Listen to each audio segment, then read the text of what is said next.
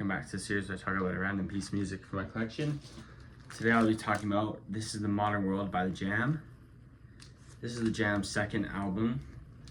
Jam are, it's interesting, are they a punk band or are they more just a modern revival band? I remember watching a documentary about them titled Punk Icons, The Jam or whatnot, and like at least like 30% of the comments were like, The Jam aren't really punk, they're more mod. The comments weren't even fucking about the documentary, just about the nitpicks of the title. Either way, this is their second album. I think it's sort of looked at as a bit of a misstep. I think Paul Weller kind of wrote more songs off the first album, whereas the other members kind of just wrote more of the other songs, like Bruce Foxton, and I literally always forget the drummer's name. I'm not gonna try and find it on here, but anyway, remember The Jam? I don't think he explicitly said it, but I think The Jam are my English teacher's favorite band. I had him for English in grade 10 and 12. Really cool teacher, and he also a music nerd and a bass player. Anyway. Yeah, I guess I'll talk about the songs. I don't really have much to say about a lot of them, really. The Modern World is the opener and is either my favorite or second favorite.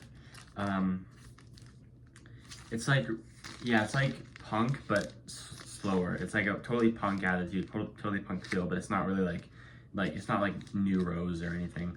But I remember I always originally listened to the explicit version, where Paul Weller sings, "I don't give a fuck about your review," but that was never. I assumed there was just a clean version for radio, and then they put the explicit version. Maybe they released it not an explicit version as a single, but explicit version on the album. Which at least on my copy, or maybe I'm wrong, but I think on my copy it is the censored version. I don't actually remember how they censored it. He probably just said a different word. But great song. I really like the I think it's Top of the Pops performance of that. I like watching a lot. All Around the World is another cool one. Also written by Paul Weller. I think that's like a very mod song by The Jam. London Traffic is another one, probably my first or second favorite. Written by Bruce Foxton. It's one of the more fast, more punk-oriented songs than the other ones. Cool bass parts in that song. In the Street Today, another good one. London Girl is alright. Here Comes the Weekend is a bit slower. I think a lot of people don't like that one, but I like it. I think I like most of this album, but I don't honestly remember which. It's kind of the songs that, like individual songs, are kind of hard to remember from this album.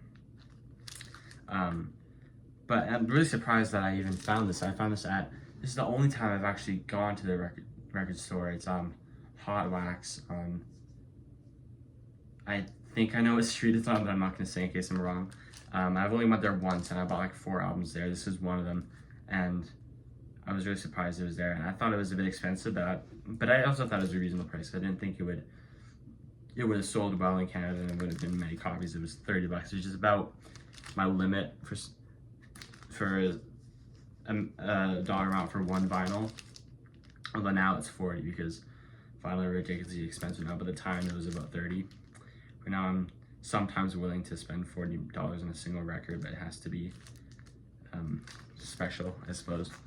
I do remember for some reason being at school and during my spare walking, there was a community center right next to my school.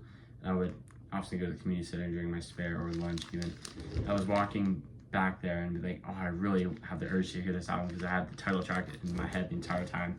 And it was such a long day because I wanted to just get home and hear this album, even though it was never like one of my favorite albums. I mean, I even like The Jam's first album more than this, but obviously I don't own it. Well, not obviously, I just don't own it. But I remember having the urge to hear it when I got home, and when I got home, I listened to it like first thing I did. And I was like, why was I so excited? Like, it's not even that great of an album.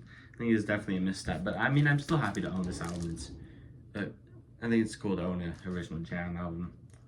Anyway, The Modern World, or This is the Modern World by The Jam.